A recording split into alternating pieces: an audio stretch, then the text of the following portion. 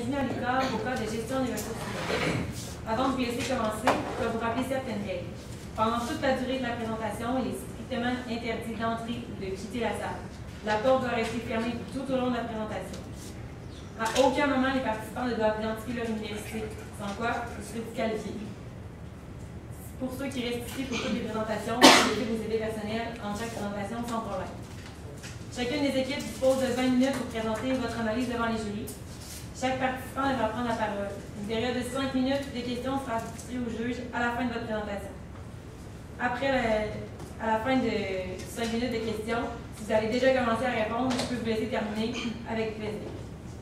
Je vous indiquerai tout au long de la présentation comment il vous reste de temps à l'aide de mes cartons. Les 10 dernières secondes, je le ferai avec mes doigts.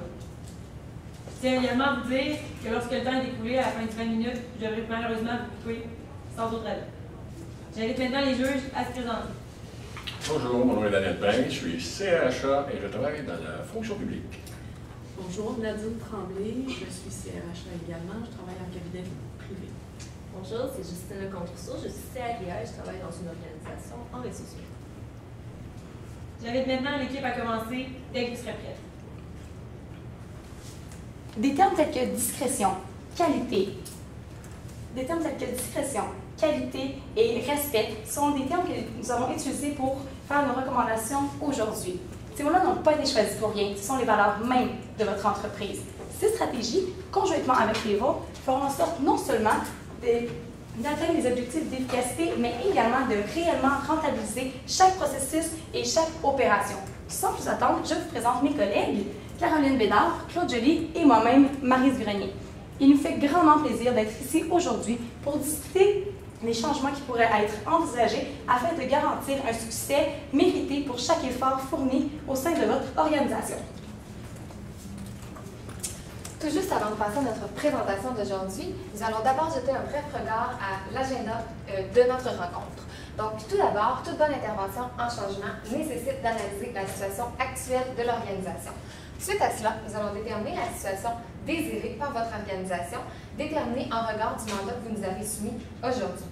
De cette façon-là, nous serons mieux aptes à vous proposer des stratégies qui sont parfaitement alignées avec la situation désirée par l'entreprise.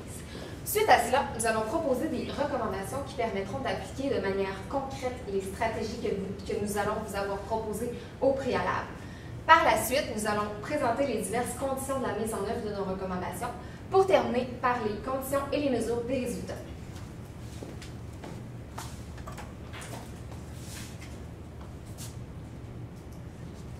Le mandat d'aujourd'hui, dans le fond, c'est de cibler la problématique actuelle dans l'organisation, dans l'établissement et de proposer des solutions à court, moyen et à long terme.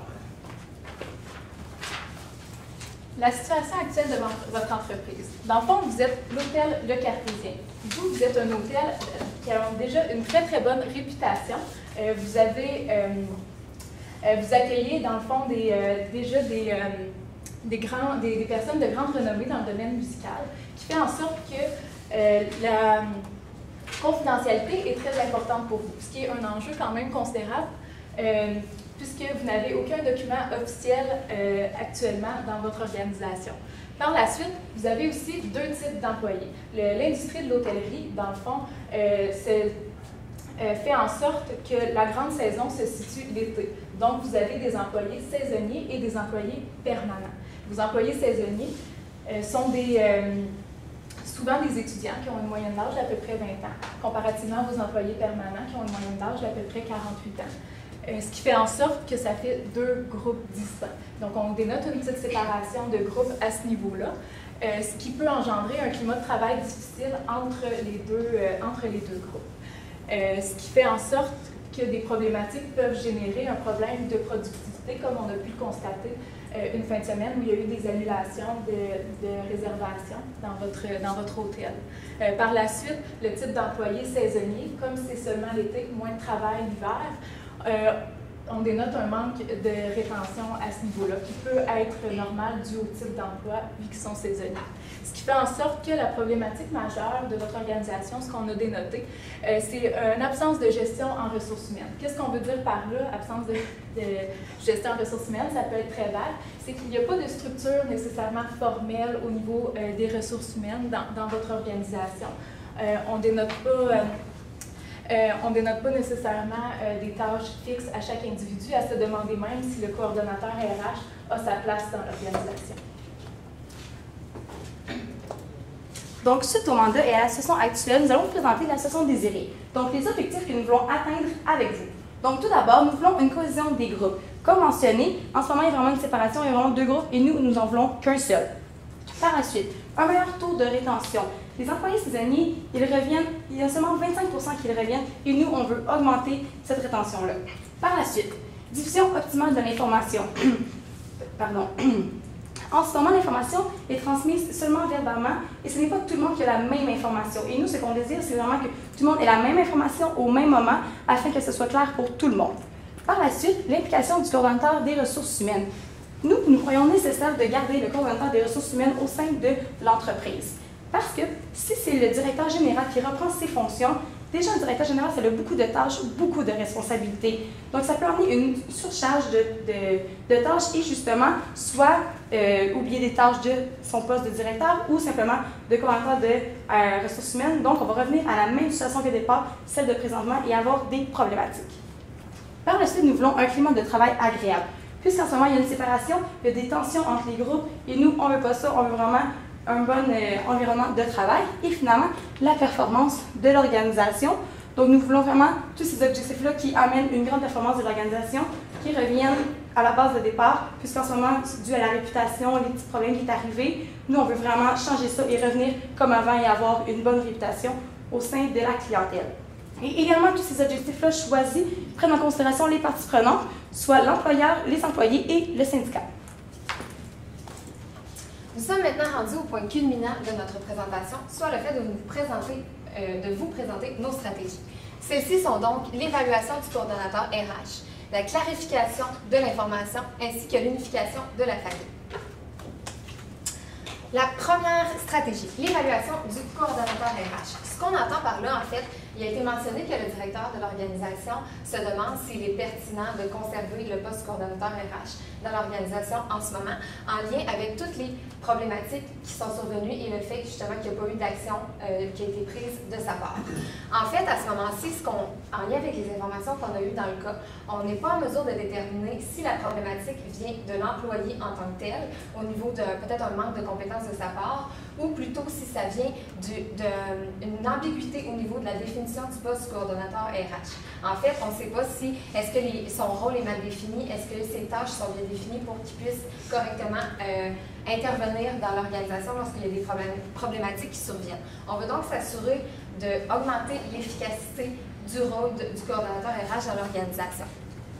Ce que ça va faire justement, l'implication du coordonnateur dans l'organisation, ça va faire en sorte d'optimiser la gestion, effectivement, parce qu'on se rend compte en ce moment que c'est souvent des membres du personnel qui ne font pas partie des cadres de la direction, qui sont obligés de prendre des décisions en lien avec la gestion des enjeux, des problématiques, et ça fait en sorte que, justement, étant donné qu'ils n'ont pas nécessairement les compétences pour agir, les réactions qui sont entreprises ont été prises justement peut-être de manière trop lente, et les résultats qui sont apportés, justement, il y a eu une détérioration au niveau de la réputation de l'entreprise. On veut donc optimiser son rôle, optimiser justement la gestion et ultimement, justement, ça va maximiser la performance de l'organisation parce qu'on sait que tout découle d'une bonne gestion dans l'organisation et le fait que le coordonnateur soit plus présent, plus impliqué, va faire en sorte qu'il va être mieux apte justement à réagir rapidement dans le futur pour les futurs enjeux qui vont se présenter dans l'organisation. Maintenant que nous avons fait l'évaluation du coordonnateur, nous voulons clarifier l'information. En ce moment, au sein de l'organisation, il n'y a pas de documentation. Toutes les informations sont transmises verbalement par Marc, qui est responsable de l'accueil et de l'information. Par contre, Marc n'est pas toujours au travail. Le soir, il n'est pas là et pour certains employés, ça peut être difficile de savoir quelle information lui a été transmise, puisqu'il n'a pas de référence pour aller voir, justifier si c'est ce qu'il croit qu'il doit faire. Donc, ça peut créer une certaine ambiguïté et aussi une mauvaise interprétation de l'information. Donc, si c'est écrit papier, c'est très clair et l'employé peut s'y référer s'il y a un questionnement afin de faire la bonne action. Donc, les résultats que cela va apporter, éviter la subjectivité. Donc, comme je vous mentionnais, on va vraiment savoir c'est quoi que ça va être clair et c'est quoi je dois faire. Par la suite, l'équité entre les employés. Donc, tout le monde va avoir la même information. Donc, tout le monde va faire le même travail de la même manière. Et finalement, enrayer de la disparité des groupes. Donc, ça revient un peu à la même chose. C'est vraiment tout le monde va avoir la même information et ça va faire une équité au sein du groupe parce que nous voulons seulement qu'un groupe maintenant. On veut éliminer la séparation.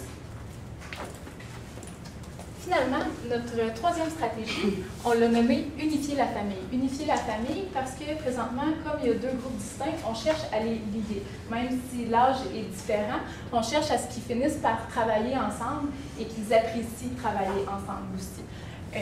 Le résultat espéré, on recherche une meilleure cohésion des groupes. Cohésion des groupes pour qu'ils puissent travailler, s'entraider ensemble, c'est très, très important dans une organisation, sinon ça crée des conflits. On cherche aussi un climat de travail agréable. On sent que le climat est difficile entre les deux groupes.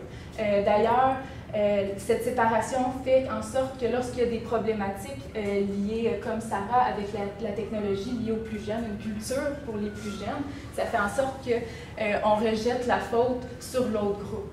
Ce qui n'est pas nécessairement juste, dans le fond, c'est juste qu'on met les conséquences sur l'autre groupe et on finit par développer des cohésions, une bonne cohésion entre les petits groupes, qui fait en sorte que lorsqu'ils sont confrontés l'un à l'autre, ça crée plus de tension que ça devrait. Ensuite, l'objectif aussi, c'est d'avoir un meilleur taux de rétention. Qu'est-ce qu'on veut dire par meilleur taux de rétention? On sait que le taux de rétention est dû beaucoup à la caractéristique de l'emploi, étant un emploi saisonnier, des fois c'est difficile de garder son monde. Toutefois, le fait que le climat de travail soit plus agréable pour les jeunes, on va essayer qu'ils reviennent l'année d'après en se disant, ben peut-être que j'ai moins d'emplois durant l'hiver, mais au moins je vais avoir, mais au moins c'est le fun de travailler là, ça m'offre des opportunités, c'est agréable, donc on veut favoriser un meilleur taux de rétention. Comment on va faire ça? C'est par nos recommandations qui suivent. Dans le fond, au niveau du chef d'équipe RH, ce qu'on propose, c'est de faire une évaluation par un évaluateur externe, dans le fond. Ce qu'on recherche là-dedans, c'est de cibler vraiment la problématique au niveau du coordonnateur RH. Pour l'instant, on ne sent pas qu'il s'implique dans l'organisation. Il y a des problèmes, on ne le dénote pas. Donc, on voudrait savoir par là, cibler la problématique, si ça vient, comme le dit plus tôt ma collègue, de la tâche ou des compétences. Est-ce que c'est la tâche qui n'est pas bien définie? Est-ce que c'est la tâche qui est mal clarifiée, dans le fond? Ou est-ce que c'est vraiment le coordonnateur qui n'a pas nécessairement peut-être les compétences pour ça, ou qui est peut-être juste en surcharge de travail aussi. Donc, une fois avoir vu ces résultats-là, peut-être qu'on va pouvoir faire les démarches nécessaires, dépendamment du résultat, pour régler cette situation-là. Est-ce qu'il va falloir y engager un adjoint s'il y a trop de travail, en ce sens? Est-ce que s'il n'y a pas les compétences, il va falloir penser à le remplacer parce qu'il ne fait pas la job? Il faut penser que dans un niveau où l'industrie est très forte, il faut être concurrentiel, donc il faut avoir des bons employés partout. Ou si c'est les tâches, peut-être qu'il va falloir redéfinir plus clairement ces tâches pour qu'il puisse vraiment être optimal dans son travail. Finalement, notre deuxième recommandation, c'est d'établir une documentation qui est plus formelle, qui est écrite, parce que là, présentement, les informations se dispersent par la voie orale dans l'entreprise, ce qui n'est pas nécessairement une bonne chose, ce qui crée des conflits, notamment au niveau de la technologie, dont les cellulaires. Il y a une certaine tolérance au niveau des cellulaires, ce qui fait en sorte que lorsque le cellulaire c'est accepté d'être utilisé, mais lorsque c'est surutilisé, là, il y a des conséquences, ce qui fait en sorte que la règle n'est pas claire. Donc, en ayant une documentation écrite, on peut cibler vraiment plus, on peut être plus équitable dans les règles. Donc, on ciblerait la documentation à 3 niveaux, soit au niveau de la confidentialité, qui est un enjeu très, très important, soit au niveau du code de conduite aussi, dont l'utilisation du cellulaire, et un guide des membres. Presque présentement, Ce qu'on dit guide des membres, c'est plus au niveau d'un guide de l'employé. Lorsqu'il rentre en milieu de travail, ils n'ont pas nécessairement les connaissances. Et comme il n'y a pas aucun guide écrit pour les aider, ils se retrouvent un peu dans le néant. Il faut qu'ils demandent à Marc, qui doit toujours être présent pour au téléphone pour répondre aux questions. Finalement, notre troisième recommandation, on voulait instaurer un programme de parrainage dans le fond. On voulait jumeler un nouvel employé saisonnier avec un employé permanent pour pouvoir faire un partage des connaissances, ainsi enlever un peu de surcharge de travail à Marc. Lorsque le nouvel employé a des questions, il pourrait se référer à son parrain, dans le fond, qui est plus âgé. Comme ça, il y aurait une meilleure intégration de l'employé jeune et un meilleur travail d'équipe entre les deux. Ça l'amènerait les deux à au moins avoir une certaine... à pouvoir se parler, parce que présentement, même dans les salles de repos, même les activités sociales, ils travaillent tous séparément, mais là, ça les amènerait à travailler plus ensemble. On encouragerait ça par des primes, les employés plus âgés, les permanents dans le fond, on les encouragerait à s'inscrire au programme de parrainage avec des primes dans le fond. Maintenant, nous allons mettre nos recommandations sur une échelle de temps et également les répartir sur un budget. Donc, tout d'abord, dans les médias, ce devrait être fait à court terme de 0 à 6 mois.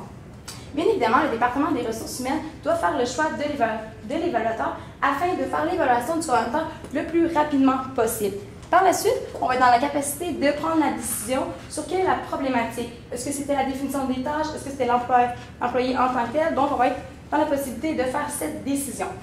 En ce qui concerne l'évaluation, on alloue un 35% du budget. Par la suite, création des documents. Donc, la documentation, concernant la confidentialité ou le guide pour guider les membres, le département des ressources humaines va pouvoir compléter cette documentation-là et nous allouons 15% du budget. Par la suite, recrutement des employés réguliers. Donc, en ce moment, on est en novembre, la saison s'en vient bientôt, donc il faut s'y préparer. Donc, le département des ressources humaines pourrait faire un message pour expliquer la nouvelle fonctionnalité et les employés permanents qui désirent, sur une source volontaire, s'y inscrire pourront le faire. Et pour ce fait, dans le fond, c'est plus du temps que ça va prendre pour l'instant, donc c'est 40% de notre budget. Par la suite, à moyen terme, donc de 6 mois à 1 an, bien évidemment, il y a le suivi du coordonnateur. Donc, une fois l'évaluation faite, on va pouvoir le rencontrer, lui expliquer qu'est-ce qui se passe et voir est-ce qu'il y a un changement. S'il y a un changement, on va pouvoir le garder, ça va être très bien, mais s'il n'y a pas de changement, on va pouvoir prendre une décision rapide afin que l'entreprise revienne rapidement de bonnes sources et de bonnes forces. Et également, début du parrainage, on devrait être rendu à la saison saisonnière, donc les employés vont pouvoir être jumelés avec leur parrain ou leur marraine. Et finalement, à long terme, donc 1 an et plus, on va pouvoir vraiment évaluer l'efficacité de la documentation.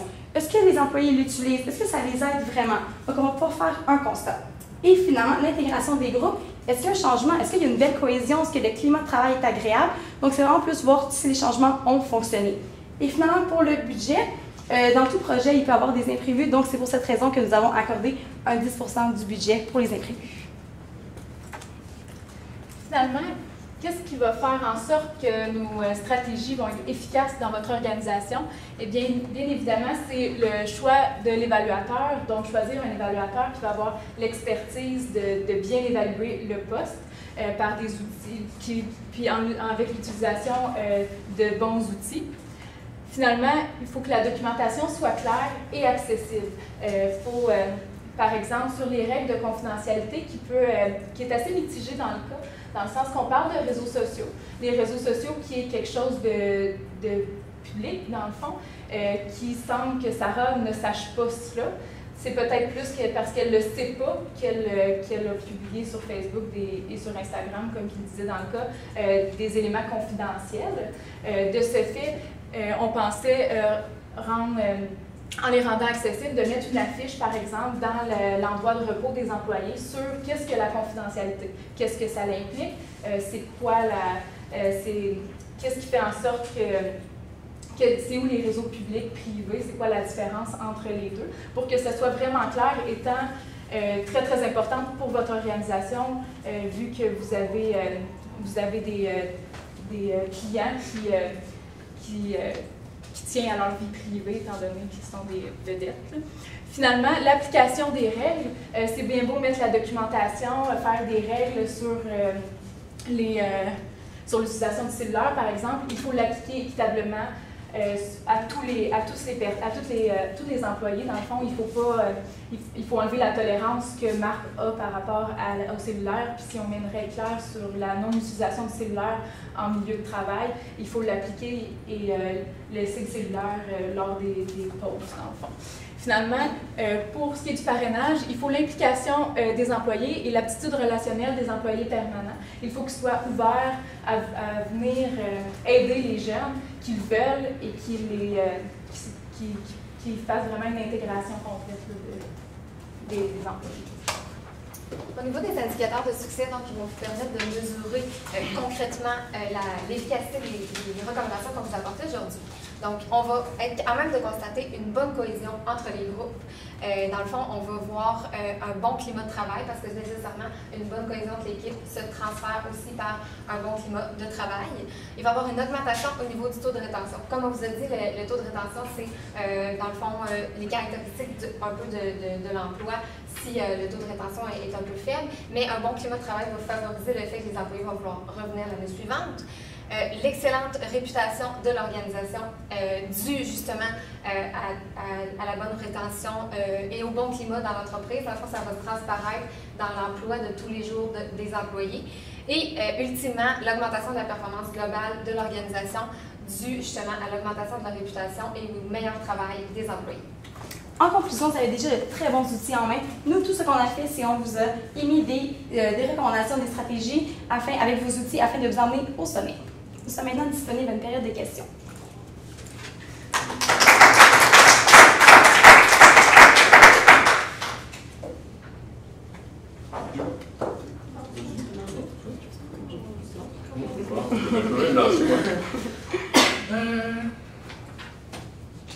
C'est qui mon principal problème? C'est-tu Marc ou c'est Sarah? En fait, on considère que le principal problème, c'est vraiment au niveau de la gestion. Plus, comme on a dit, au niveau du coordonnateur RH, le rôle est... On n'a aucune mention au niveau de son rôle. Donc, c'est important de clarifier, donc d'optimiser la gestion dans l'organisation. Ça va faire en sorte que les employés de niveau plus bas, dans le fond, dont Marc et Sarah, ça va faire en sorte que ces employés-là vont être capables de mieux travailler, dans le fond, dans la vie de tous les jours. Donc, c'est pas à Marc de prendre toutes les décisions au niveau de la gestion. Et Sarah, dans le fond, comme on a dit, étant donné qu'il n'y a pas assez d'informations au niveau des codes de conduite, si jamais tout était mieux expliqué dans l'organisation avec l'instauration des codes, des documents comme on vous a proposé, ça va faire en sorte que les employés, tels que Sarah, vont être capables d'appliquer concrètement d'agir mieux dans leur travail. Et Marc va être capable de mieux faire appliquer ça aussi au lieu de prendre des décisions plus subjectives comme il fait actuellement. Dans le prochain 24 à 48 heures, qu'est-ce qui doit se passer? Je pense que je vais y aller encore. Je pense que l'urgence, c'est vraiment de procéder à l'évaluation du poste du coordonnateur RH. On veut sentir l'importance du rôle du coordonnateur RH.